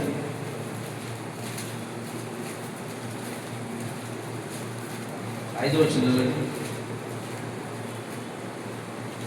యూదా ఆ స్త్రీలను చూచి, మీరు భయపడకుడి, శిలువ వేయబడిన యేసును మీరు వెతుకుచున్నారని నాకు తెలియను. మ్మ్. ఆయన ఇక్కడ లేడు. మ్మ్. తాను చెప్పినట్లే ఆయన లేచి ఉన్నాడు. మ్మ్. రండి, ప్రభువు పండుగన స్థలమును చూచి మ్మ్. త్వరగా వెళ్ళి ఆయన మృతులలో నుండి లేచి ఉన్నాడని ఆయన శిష్యులకు తెలియజేయుడి.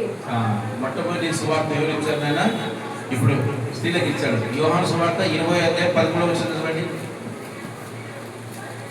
అయితే మరియా సమాధి బయట నిలిచి ఏడ్చుచుండెను.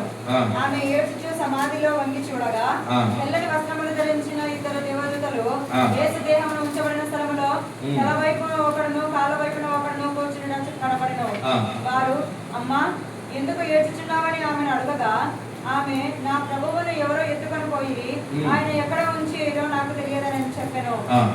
ఆమె ఈ మాట చెప్పి వెనుక తట్టు తిరిగి యేసు నిలిచి ఉండుట చూచెను గాని ఆయన యేసు అని గుర్తుపట్టలేదు. యేసు, అమ్మా, ఎందుకు ఏడ్చుచున్నావు, ఎవరిని వెతుకుచున్నావు అని ఆమెను అడగగా,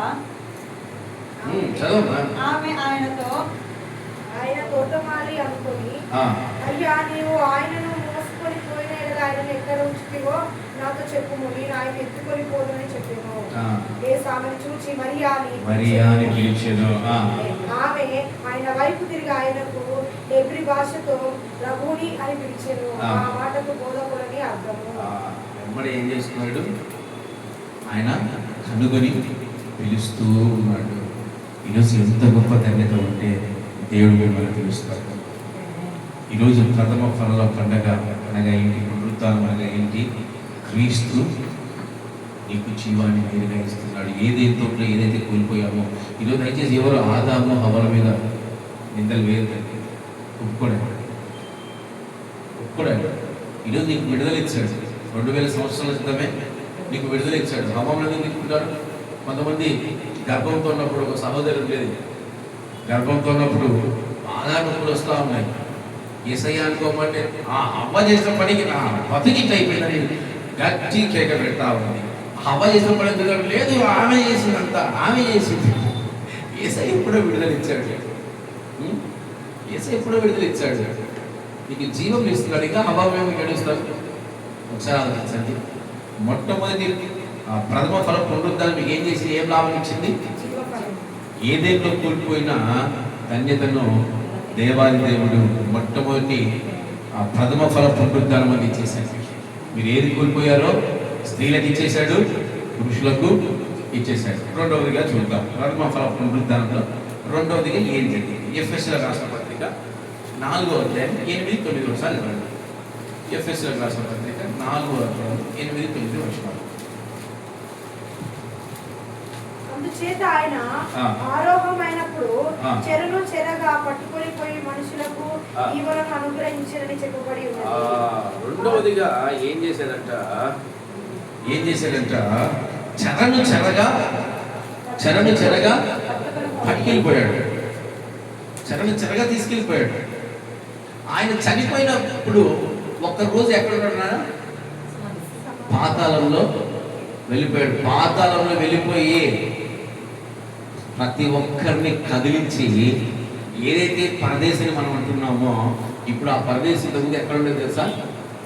కింద పాతాళంలో ఉండేది. ఇప్పుడు ఆ పరదేశిని ఎక్కడ తీసుకెళ్ళాడు? ఎక్కడ తీసుకెళ్ళిపోయాడు?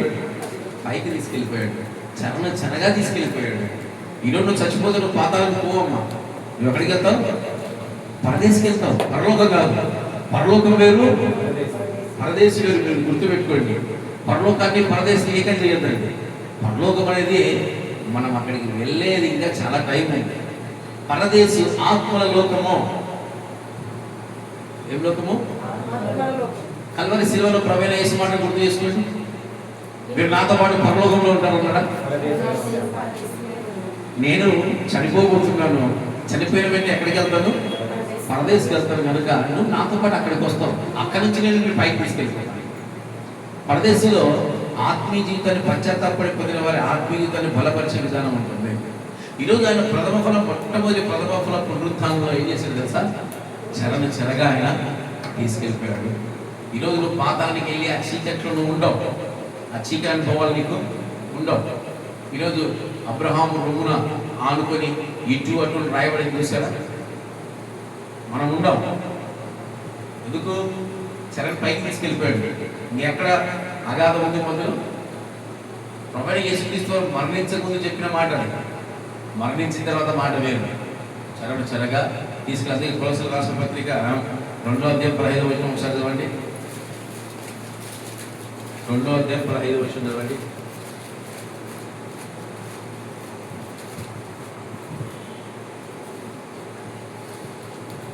ఎంతసేపు? శరీరమందు మరియు అపరాధముల వలనను శరీరమందు సున్నతి పొందక వలనను చదవమ్మా.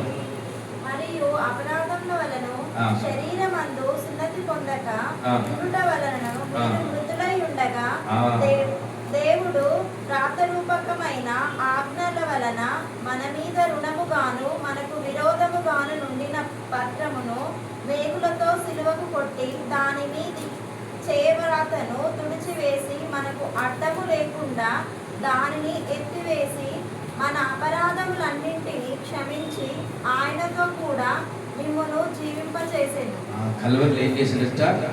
మన మీద ప్రతి అపరాధాన్ని కొట్టివేసి ఆయనతో పాటు మనల్ని జీవింప చేస్తున్నాడు. ఇప్పుడు ఆయన ఎక్కడున్నాడు? పరదేశి కూడా ఏమైపోయింది తెలుసా? అక్కడికి వెళ్ళిపోయింది. పరలోకం అనే ప్రదేశంలో ఒక ప్రత్యేకమైన ప్రాంతమే పరదేశం, పారడైజ్. మనకు పారడైజ్ అంటే ఏం గుర్తుకొస్తుంది తెలుసా? చెప్పండి. బిర్యానీ గుర్తుకొస్తుంది. అసలు ఆ బిర్యానీ పారడైజ్ అనేది పెట్టడం నాకు ఇప్పుడు అర్థం కాదు. బిర్యానీ సెంటర్ ఆత్మలోకమా ఏమన్నా ఆత్మలు పోయి తింటారు అక్కడ? అర్థం కాదు. అంటే వాళ్ళ దృష్టిలో పారడైజ్ అంటే ఏమన్నా పరలోకం అనుకున్నారు. ఈరోజు ఆయన చెరగా తీసుకెళ్ళిపోయాడు. ఆయన ప్రథమ ఫల పునరుద్ధానం అనొద్దండి, ప్రథమ ఫల పునరుద్ధానం. ఎప్పటికే చెప్పండి మీరు పునరుద్ధానము అని పలకొద్దండి. మొదటి పునరుద్ధానం ప్రకటన గ్రంథము 20వ అధ్యాయంలో మాత్రమే ఉంటుంది. కాబట్టి చదవండి ఒక మాట, మీకు కూడా క్లారిటీ ఇస్తాను. ప్రకటన గ్రంథము 20వ అధ్యాయం 6వ వచనం. ఈ మొదటి పునరుద్ధానములో దాని ముందు వచ్చిన కూడా చెప్పు. 5 నుంచి చదువుతాను. ఆ 1000 సంవత్సరములు గడుచు వరకు కడమ వృద్ధులు బ్రతకలేదు. ఇదే మొదటి పునరుద్ధానము. ఈ మొదటి పునరుద్ధానములో పాలు గలవారు ధన్యులు, పరిశుద్ధులై యుందురు. మొదటి పునరుద్ధానం అంటే ఎక్కడుంది? ప్రకటన గ్రంథము 20వ అధ్యాయంలో 1000 సంవత్సరాల పరిపాలన తర్వాత ఉంది. మరి క్రీస్తు పునరుద్ధానం అయితే దాన్ని ఏమంటాం మనం?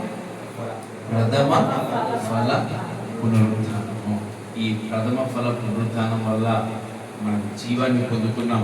ఈ ప్రథమ ఫల పునరుద్ధానం వల్ల చెరగా దేవుడు పరలోకానికి పరదేశిని ఏం చేశాడు? పరలోకానికి తీసుకెళ్ళిపోయాడు. దీనివల్ల మన కళ్ళ లాభం ఏంటి? మనం చనిపోతే పాతాలను మనము వెళ్ళము, చీకటితో మనకు సంబంధము లేదు. ఎన్నోది నెల? మూడోదే, ఆరోదని చెప్పాలము. 5, 3 కదా, 4, 5, 6. ఆరోది చూద్దాము. ఆరోజు దేవుడు ఏం చేశాడు? యోహాను సువార్త 20వ అధ్యాయం 19వ వచనం. 20వ అధ్యాయం 19వ వచనం. ఆదివారము ఆ. సాయంకాలమున ఆ. శిష్యులు యూదులకు భయపడి ఆ. తాము కూడి ఉన్న ఇంటి తలుపులు మూసుకొని ఉండగా ఆ. యేసు వచ్చి మధ్యను నిలిచి మీకు సమాధానము కలుగును గాక అని వారితో చెప్పాను. ఆయన ప్రథమ ఫల పునరుద్ధానం ఏం చేసిందంట? బలహీనులను బలపరిచింది, బలవంతులుగా మార్చింది. అప్పటి వరకు ఏం చేస్తున్నారంట? వాళ్ళు ఏం చేస్తున్నారంట? దాక్కుని ఉన్నారు, భయపడుతూ ఉన్నారు. ఇక తోమా అయితే ఏమంటాడు తెలుసా? నేను వేలు పెట్టి చూస్తే తప్ప నేను నమ్మను. అందుకు యేసయ్య ఏమంటాడు? చూచి నమ్మిన వారి కంటే చూడక నమ్మిన వారు ఎంతమంది యేసయ్య చూశారు అంటే ఇప్పుడు మీరందరూ ఎవరు? వాహ్, ఆ దినంతో నాకేమైనా పాలు పంపిస్తాడమ్మా? ఇస్తారా? ఈ ప్రథమ ఫల పునరుద్ధరణ ఏం చేసింది తెలుసా? బలహీనులు బలవంతులుగా మార్చింది. అపనమ్మకం కలిగిన వారిని నమ్మకస్తులుగా మార్చింది. ఈరోజు నువ్వు ఎలాంటి అనుభవాల్లో ఉన్నావు? అపనమ్మకం. దేవుడు ఇస్తాడా? ఇయ్యడా? దేవుడు చేస్తాడా? చెయ్యడా? దేవుడు విడుదల ఇస్తాడా? ఇయ్యడా? నా పిల్లలు రక్షిస్తాడా? రక్షించాడా? ఈరోజు నాకు ఆహారం పెడతాడా? ఎందుకంత అవిశ్వాసం? ఎందుకంత అవిశ్వాసం? మనం యేసయ్యను మన జీవితాల్లో పెట్టుకొని మనం ఎప్పుడు ఏడుస్తూనే ఉంటాం కదా, చింతిస్తూనే ఉంటాం కదా, బాధపడుతూనే ఉంటాం కదా, దుఃఖపడుతూనే ఉంటాం కదా. అంతేనా చేసేది? అన్నీ ఇవే. మరి నీ విశ్వాసం ఏది? నీ విశ్వాసం ఏది చెప్పండి. మరి ఎన్ని బలహీనతలు. ఇప్పుడు చిన్న ఉదాహరణ చెప్తున్నాను. ఒక తండ్రి దగ్గర ఒక 100 రూపాయలు నేను అనుకున్నాను. కొడుకు వచ్చి ఒక 10 రూపాయలు అడుగుతా ఉంటాడు. తండ్రి ఇవ్వగలడు, కానీ ఇవ్వకుండా ఆగాడు. ఇప్పుడు కొడుకు ఉద్దేశం ఏంటి? నువ్వు నాకెప్పుడు ఇస్తావులే, నీ దగ్గర డబ్బులు ఏముంటాయిలే, ఉన్నాయేవులే. తండ్రి రెండు మాట్లాడుతూ ఉంటాం. పిల్లలు అనరు, నోయ లాంటి ఏది వచ్చినా, ఇంట్లో లాంటి ఏది వచ్చినా ఏమంటారు సార్? ఇప్పుడిప్పుడే తండ్రికి వ్యతిరేకంగా మాట్లాడే మాటలు. ఇక ఆడపిల్లల గురించి చెప్పనవసరం లేదు. తల్లిదండ్రులు సిగ్గు తీసి ఇప్పి బట్టలను ఇప్పి పక్కన పెట్టేస్తారు ఆడపిల్లలు. ఏం డాడీ ఏం చేస్తున్నావు, డబ్బులని ఏం సంపాదిస్తున్నావు అంటారు. అసలు లెక్కలేదు, జమలేదు తల్లిదండ్రులు అంటే. మగ పిల్లలు కూడా కొంచెం భయపడిపోయి, ఆడపిల్లలకి అయితే నిజం ఈ విషయం అస్సలు భయపడిపోయి. ఆడపిల్లలు పాడేసేది తండ్రే, తల్లి కాదు. ఈరోజు ప్రతి బలహీనత ఆయన భరిస్తున్నాడు. నువ్వు బలహీనంగా ఉన్నా భరిస్తున్నాడు, నువ్వు బలంగా ఉన్నా భరిస్తున్నాడు. నువ్వు ఆయనకి దూరం అయితే బలపరుచుకుంటాడు, నువ్వు దూరంగా ఉంటే ఆయన నిన్ను దగ్గర తీసుకుంటాడు. మగపిల్లలు త్వరగా పడిపోతారు, ఆడపిల్లలు ఏమైతే తెలుసా? త్వరగా పడిపోతారు. దేవుడిని తిట్టేది వాళ్ళే, దేవుడిని గొప్పగా పొగిడేది వాళ్ళే. ఈరోజు శిష్యుల బలహీనతలు భరించిన దేవుడు ఈరోజు మన బలహీనతలు అన్నీ భరిస్తుంది.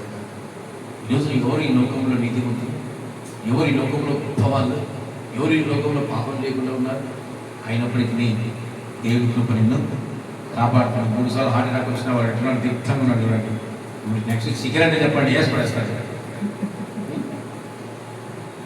మొదటి ప్రథమ ఫల పునరుద్ధానం నేను బలపరుస్తూ ఉంది, నేను ధైర్యపరుస్తూ ఉంది. నీ అపనమ్మకాన్ని, తోమ వంటి అపనమ్మకాన్ని నమ్మకంగా మారుస్తుంది. ఈరోజు భారతదేశంలో సువార్త తెచ్చింది ఎవరు? ఒక అపనమ్మకస్తుడు. తెలుసా ఎవరు? ఒక అపనమ్మకస్తుడు. అందుకే మనం కూడా ఆయనలాగే ఉంటాం అనుకుంటాం, తోమగారిలాగే ఉంటాం. భవిష్యత్ యాది పూర్తిగా దేవుడు నమ్మం.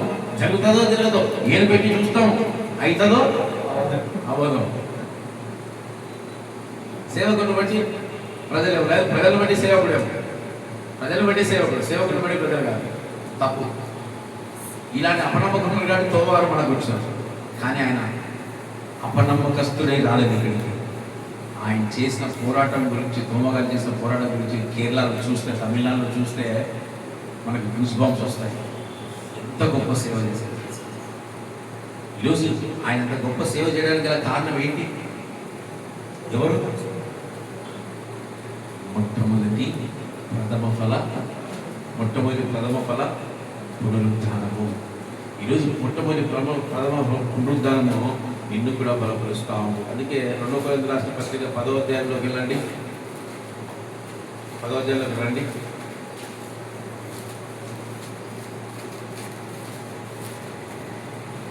త్వరగా చదవాలి ఈ మాట. మొదటి వచనం నుంచి. మీ ఎదుట ఉన్నప్పుడు మీలో గలవాడైనట్టు ఎదుట లేనప్పుడు మీ ఎడల ధైర్యం గలవాడైనట్టు పౌలును నేనే యేసుక్రీస్తు యొక్క సాత్వికమును మృదుత్వమును బట్టి మిమ్మల్ని వేడుకొనుచున్నాను. శరీర ప్రకారం నడుచుకొని వారమని మమ్మల్ని గూర్చి కొందరు అనుకొనుచున్నారు కాదా? ఇప్పుడు మనం కూడా అనుకుంటున్నాం కదా. ఇప్పుడు ఎవరు అనుకుంటాం? మనం కూడా తోమగారిని అనుకుంటున్నాం.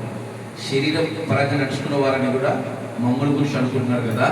అయితే పౌలు గారు అంటున్నారు, అట్టి వారిలో నేను తెగించి కాఠిన్యమును చూడుకోవాలని తలంచుకొనిచున్నాను, కానీ నేను వచ్చినప్పుడు అట్లా కాఠిన్యం చెప్పుకున్నట్లు చేయడని నేను మిమ్మల్ని బతిమాలుకొచ్చున్నాను.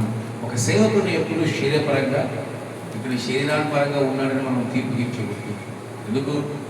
ఒక సేవకుడు పడిపోయినా నిలబెట్టినా అది దేవుని విషయం. ఒక విశ్వాసి పడిపోయినా నిలబెట్టినా అది దేవుని విషయం.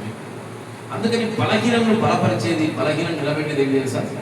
మొట్టమొదటి ప్రథమ ఫల పునరుద్ధానం. అందుకే ఆయన అంటున్నాడు, మేము శరీరాలమే నడుచుకున్నప్పుడు శరీర ప్రకారం యుద్ధం చేయండి. మా యుద్ధోపకరణాలు శరీర సంబంధమైనవి కావు, కానీ దేవుని ఎదుట దుర్గములను పడద్రోయి రానంతగా బలము కలిగినవి. ఈరోజు మొట్టమొదటి ప్రథమ ఫల పునరుద్ధానం ఏం చేసిన సమయాన్ని దేవుని దగ్గర ఉన్న దుర్గమును పడదోసేంత ప్రార్థన జీవితాన్ని మనకు అందిస్తుంది. ఈరోజు ఎంతమంది ఇలాంటి ధన్యతను పొందుకుంటున్నారు? ఎంతమంది ఇలాంటి భాగ్యాన్ని పొందుకుంటున్నారు? మీరు ప్రార్థిస్తే పునాదులు కదులుతాయంట, కానీ మనం ప్రార్థిస్తే కనీసం మనకు దొరుకుతుందా లేదో అని ప్రార్థిస్తాం. అవిశ్వాసంతో ప్రార్థించదు. విశ్వాసంతో ప్రార్థిస్తే దేవుని ఎదుట ఉన్న దుర్గములు కూడా పడేంత గట్టి ప్రార్థన. ఈరోజు ఈ ధన్యతను వివరించారు. ప్రథమ ఫల పునరుద్ధానం. ఒక అవిశ్వాసి కలిగిన సేవకుడిని విశ్వాసం కలిగిన సేవకుడిగా ఈ ప్రపంచంలో తోమగారి కలిగిన ధన్యత ఎవరు కలిగిన బహుశా నువ్వు తెలుసా? నువ్వు చెప్పండి. ప్రపంచంలో అధిక జనాభా కలిగిన, భారతదేశంలో అధిక జనాభా కలిగిన క్రైస్తవులు ఇక్కడే ఉన్నారు. ఇంతటి దేశానికి సువార్తను ప్రకటించడం దేనివల్ల జరిగిందంతా? మొదటి ప్రథమ ఫల పునరుద్ధానం వల్ల. కనుక ఎన్నోది అనేది ఇప్పుడు మనం కూడా ఏం పొందుకోవాలి? బలహీనతల నుంచి బలవంతులుగా మనము మార్చబడాలి. 7వ మొదటి అదే ప్రథమ ఫల పునరుద్ధానము నేను చెప్పను. దాని తర్వాత ఏమి ఇచ్చింది నేను వరుస ప్రకారం చెప్తున్నా, బైబిల్ ప్రకారం గుర్తుపెట్టుకోండి. మొట్టమొదటి ఏం జరిగింది? పునరుద్ధానం గురించి మాట్లాడడం, మరణం గురించి వద్దు. మరణం గురించి కూడా పోదాం. చెప్పండి ఒకసారి. యేసయ్య చనిపోతానే ఏం జరిగిందంట? దేవాలయం తెర అంటే చినిగింది. అంటే నేను వరుస క్రమంగా వస్తున్నా. చనిపోయిన తర్వాత ఎమ్మడే ఇమీడియట్గా ఏమైపోయిందంట? తెర చినిగింది. తెర చినగడం అంటే ఏంటి? మనకు స్వాతంత్రము వచ్చింది. దాని తర్వాత యేసయ్య చనిపోయడం వల్ల మనకేం కలిగిందంట? ఉచితంగా మనము శుద్ధీకరించబడుతున్నాం. 3వదిగా యేసయ్య చనిపోవడం వల్ల మనకేం కలిగిందంట? శాపము కొట్టివేయడం. ఇప్పుడు పునరుద్ధానం అయిన తర్వాత మొట్టమొదటిగా ఏం పొందుకున్నాం అని ఎక్కడ జరిగింది? ఇది జీవఫలం ఎక్కడ దొరికింది? తోటలో. అంటే వర్ష ప్రకారం చెప్తున్నాం, తోటలోనే జరిగింది. దాని తర్వాత ఎప్పుడు అపోస్తలుల టైంలో జరగల. అక్కడే తోటలోనే జీవాన్ని, క్రీస్తు పునరుద్ధాన జీవాన్ని మనము పొందుకున్నాం. దాని తర్వాత ఏమైందంట? యేసయ్య ఆరోహణం అయిపోయాడు. ఆరోహణం అయిపోయినప్పుడు ఏం చేశాడు? చెరగా ఆయన తీసుకెళ్ళి పోయాడు. దాని తర్వాత ఏం జరిగిందంట? బలహీనులను బలపరిచాడు. ఇప్పుడు దాని తర్వాత ఏం జరిగింది? అబ్బా చప్పట్లు గట్టి కూడా చప్పట్లు కొట్టండి. దాని తర్వాత ఏం పొందుకున్నాము? మొదటి ప్రథమ ఫల పునరుద్ధానం ఏమిచ్చింది? భూమికి పైనుంచి శక్తిని తీసుకొచ్చింది. అదే పరిశుద్ధాత్మ శక్తి. అపోస్తులను జీవంలోనికి మార్చింది, ఉన్నత సేవనిచ్చింది, ప్రపంచ చరిత్రను మార్చింది. ఇప్పటికీ ఆ పరిశుద్ధాత్మ దేవుడే మన మధ్యలో కూడా సంచరిస్తూ బలమైన కార్యాలు చేస్తా ఉన్నాడు. ఇది యేసయ్యకు ముందు రాలేగా? ఎప్పుడు వచ్చింది ఇది? భూమి మీదకి పరిశుద్ధాత్మ దేవుడు స్థిరంగా ఉండడానికి ఎప్పుడు వచ్చాడు? మొదటి ప్రథమ ఫల పునరుద్ధానం తర్వాతనే. మనకి ఏమిచ్చింది మొదటి ప్రథమ ఫల పునరుద్ధానం అంటే? చెప్పండి. ఆత్మనిచ్చింది, జీవము గల ఆత్మనిచ్చింది. ఆ జీవము గల ఆత్మ మనలందరినీ ఏం చేస్తా ఉంది? దేవుడి సన్నిధానానికి నడిపిస్తా ఉంది. దేవుడి కార్యాలు మనం చేసే విధంగా నమ్మకమైన వారిగా మనల్ని మారుస్తుంది.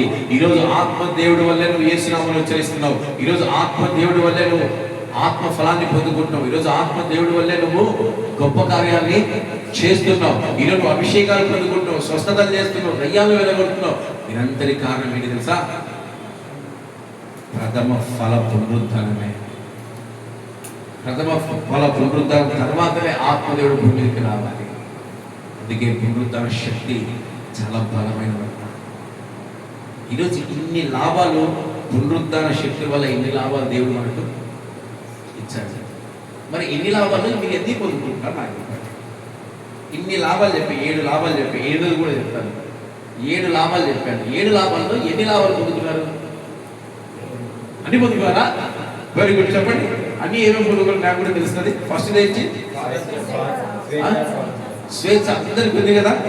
ఇది మటుకు బాగా కావాలి, మాకు స్వేచ్ఛ కావాలి, అడ్డుతనం పోయింది. రెండోదిగా శుద్ధీకరించబడుతున్నారా రక్తంలో? కాన్ఫిడెంట్ ఉన్నారమ్మా. మూడోదిగా శాపాలు వినే కుటుంబం నుంచి పోతున్నాయా? పోతున్నాయి.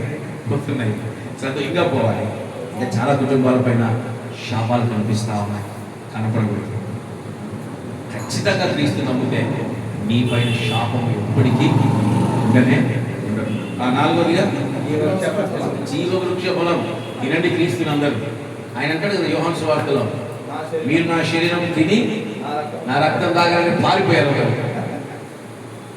70 మంది శిష్యులు వెంబడిస్తే 58 మంది పారిపోయి వెంబడించారు. ఏంది ఆయన తినమంటున్నాడు. ఇదే జీవ ఫల వృక్షం అంటే వాళ్ళకి అర్థం కాల. ఆయన ఆత్మీయ భాషలో చెప్పాడు.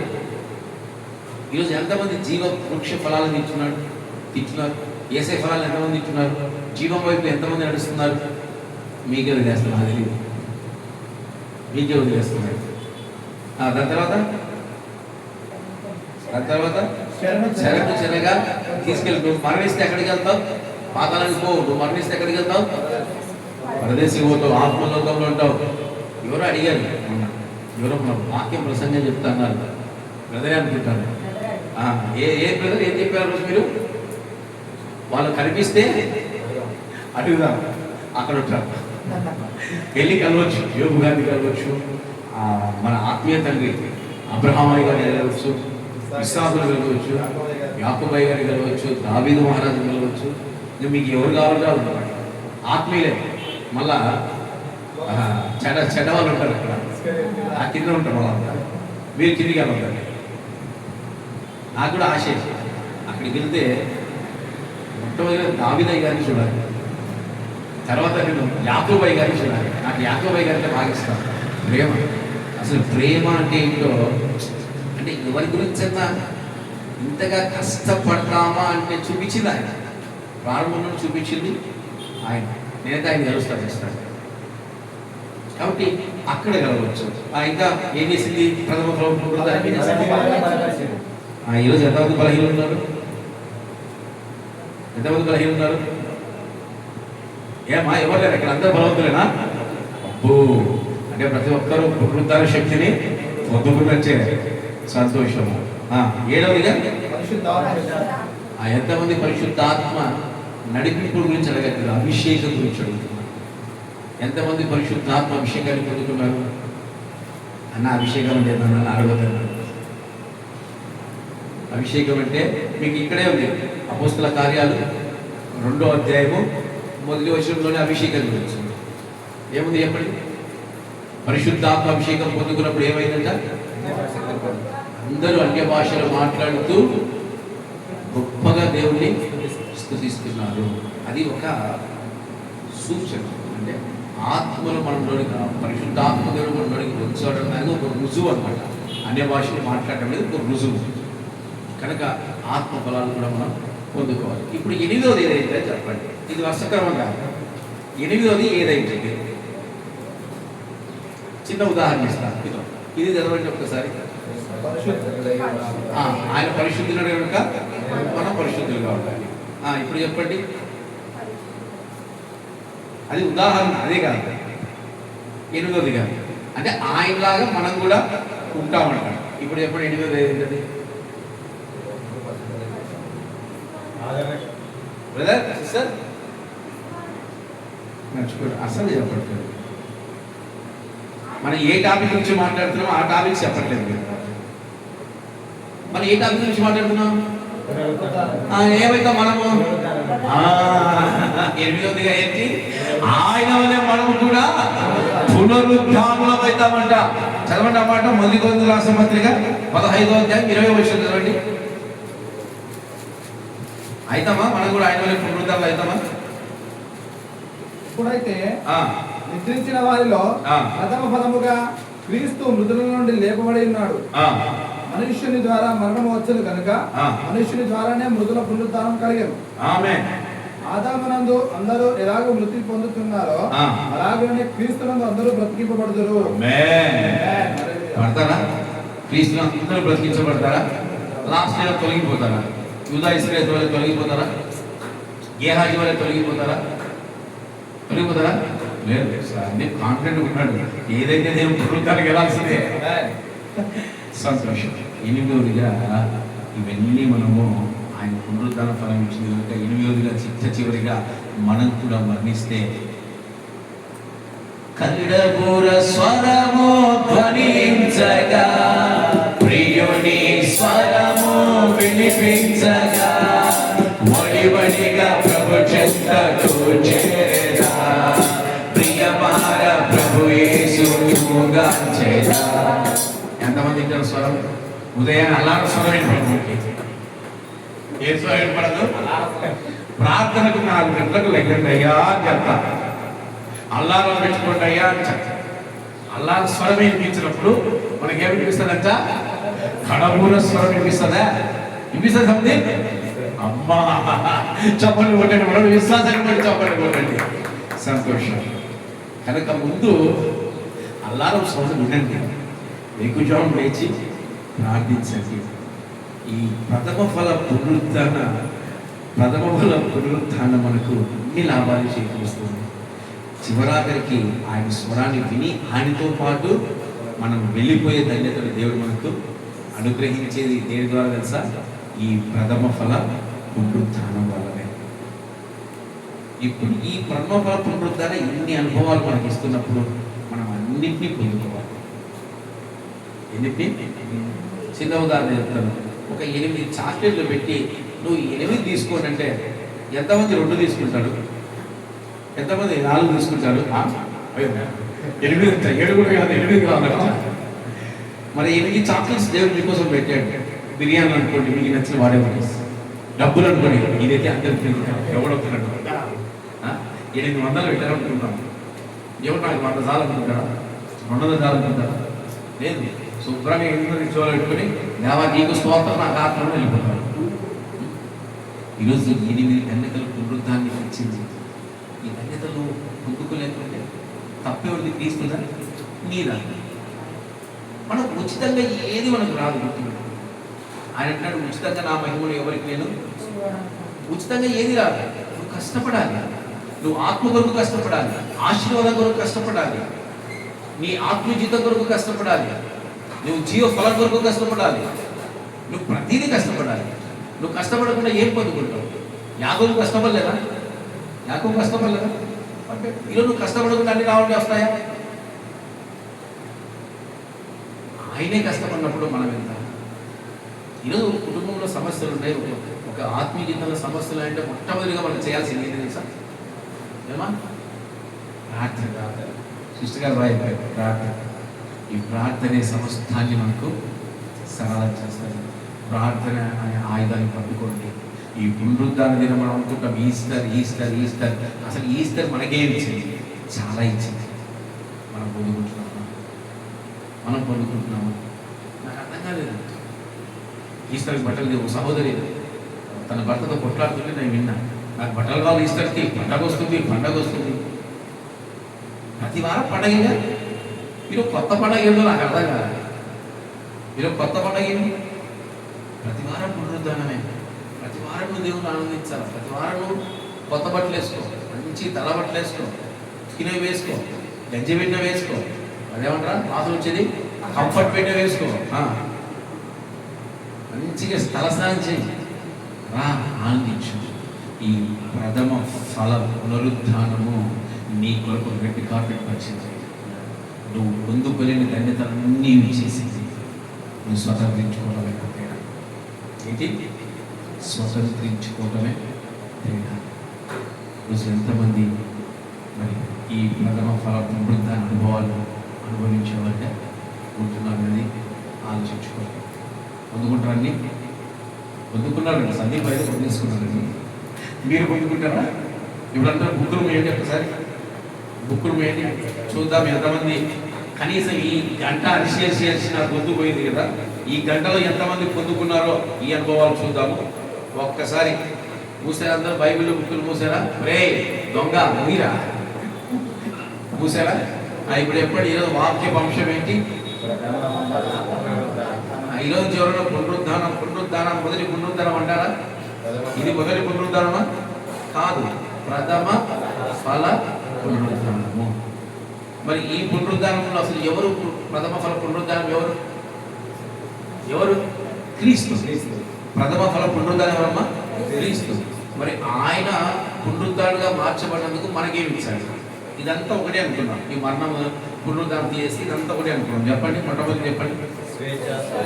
స్వేచ్ఛ స్వాతంత్రాన్ని ఇచ్చాడు. ఏం పోయింది? అక్కడ నుంచి తీయద్దండి, తీయమని అనుకుందండి. ఆ వెనక చచ్చిపోతారు.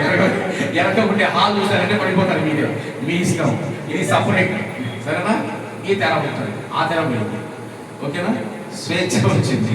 రెండోదిగా ఇంకేదన్నారు? జ్వరం వచ్చింది, నన్ను వదిలేనాడు వాడు అట్టే చూస్తున్నాడు. ఈరోజు వదిలేస్తున్నాడు కదా నేను. రెండోది ఏంటైనా ఉచితంగా శుద్ధీకరించబడతారు. అయ్యారు శుద్ధీకరించబడ్డారా? ఏదో నా పెద్ద పరిచయం లేదు, ఏదో నువ్వు చెప్పండి చెప్తున్నా, అందుమించి నాకు సంబంధం లేదు. సంతోషం. మూడోదిగా శాపాన్ని కొట్టివేసింది. అవునా కదా? సంతోషం. నాలుగోదిగా బ్రదర్ ఫుల్ ఎనర్జీ ఉన్నాడు ఈరోజు, జీవాన్ని ఇచ్చింది. ఐదోదిగా ఆరోదిగా బలహీనులను బలపరిచింది. ఏడవదిగా ఆత్మ ఉపయోగించింది. ఇదే వస్తుంది సౌండ్. ఇట్లా అట్లా స్త్రీల వైపు సౌండ్ రాదు. ఏమా ఆకలిస్తుందా? సంతోషము. పార్వతమ్మ ఏడవది ఏదమ్మా?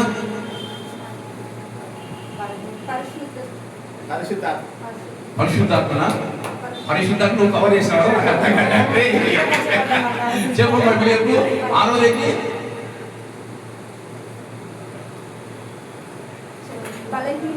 అబ్బా సపర్లు కొట్టండి. Very good, very good. ఇదే వచ్చినట్టు సంతోషము. ఏడవదిగా పరిశుద్ధాత్మ. చివరాగా ఎనిమిదోదిగా ఆయన వల్లే మనం కూడా పునరుద్ధరణలో అవుతాం. మరి ఏసేలాగా మారుతారా? పునరుద్ధరణలో అవుతారా? ఏమి వినిపించాలి? కడపూర స్వరం వినిపించాలి. రహస్యరాక రాబోతుంది త్వరగా. ఏం వినిపించాలి మనకు? కడపూర స్వరం వినిపించాలి. మొట్టమొదటిగా మనకి ఏం వినిపించాలి? 4 గంటల ప్రార్థన అలారము వినిపించాలి. ఇది వినిపిస్తేనే యాదిపోతాము, ఆ పెద్ద స్వరం వినిపిస్తుంది మనకి. ఈ అల్లారం వినిపించుకుంటే న్యాయం మాట్లాడండి. ఈ అల్లారం వినిపించుకుంటే అల్లారం వినిపిస్తుందా? జాగ్రత్త. ఈ అల్లారాన్ని బాగా ఇదేందో నాకు అర్థం. ఈ గ్రూప్ కాల్ ఎవరు ఫస్ట్ ఎత్తేవాడికి మాత్రమే కాల్ వస్తుంది, దాని తర్వాత సైలెంట్ ఉంటుంది. అది కూడా అపవాది మోసం చేస్తా ఉంటాం మనల్ని. కనుక అందరు లేచి నిలబడి ఒకసారి మీ హృదయాన్ని మీరు పరిశీలన చేసుకోండి. ఇప్పుడు బాగా చెప్తారు, లాస్ట్ వీక్ వాక్యం మీద అయిపోయినాక అడుగుతారు ఎన్ని నిమిషాలు గుర్తున్నాయో. 7 మాటలని చెప్పేస్తారు. చూద్దాం 7 మాటలు గుర్తున్నాయో. సరే, అందరు కళ్ళు మూసుకొని ఒకసారి మీ హృదయాన్ని మీరు పరిశీలించుకుని, నిజంగా ప్రథమ ఫల పునరుద్ధానము మా జీవితాన్ని మార్చింది నాయన. ప్రథమ ఫల పునరుద్ధానము మా బ్రతుకుని మార్చింది దేవా. అయ్యా, మీరు తప్ప ఈ గొప్ప కార్యాలను చేయడానికి ఎవరు లేరు నాయన. ఈ ధన్యతలన్నీ నేను స్వతంత్రించుకోవాలి నాయన. ఈ ధన్యతలన్నింటినీ అనుభవించాలి దేవా అని ప్రతి ఒక్కరు ప్రభుని అడగండి. ఎవరు మౌనంగా ఉండొద్దండి, అందరూ అడగండి. దేవా, ప్రథమ ఫల పునరుద్ధానం మా జీవితాన్ని మార్చినట్టుగా దేవా మా స్థితిని మీరు మార్చండి నాయన. మంచి అనుభవాలలోకి మమ్మల్ని నడిపించండి నాయన అని అడగండి. జల్దరు వృక్షమును పోలిన గుణశీలుడవో నీవేనయా. మరణము గెలచిన పరిశుద్ధుడవో పునరుద్ధానుడవో నీవయా.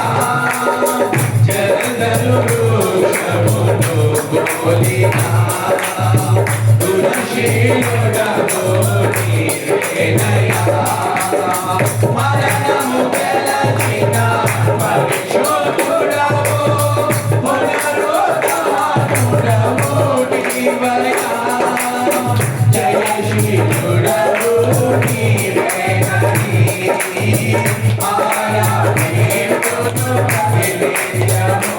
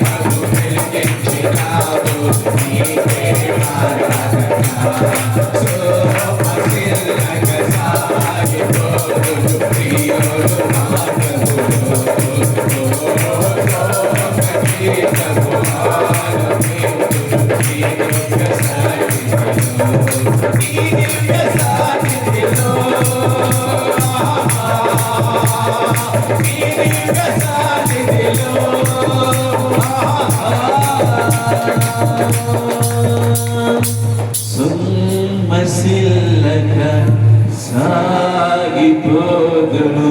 ఎక్కడ? సియోను మార్గములు స్తోత్ర గీతము ఆలపింతును. ఎక్కడ? ఈ దివ్య సన్నిధిలో. సమస్త మహిమ ఘనత మన ప్రభువైన యేసుక్రీస్తుకే కలుగును గాక. ఆమేన్.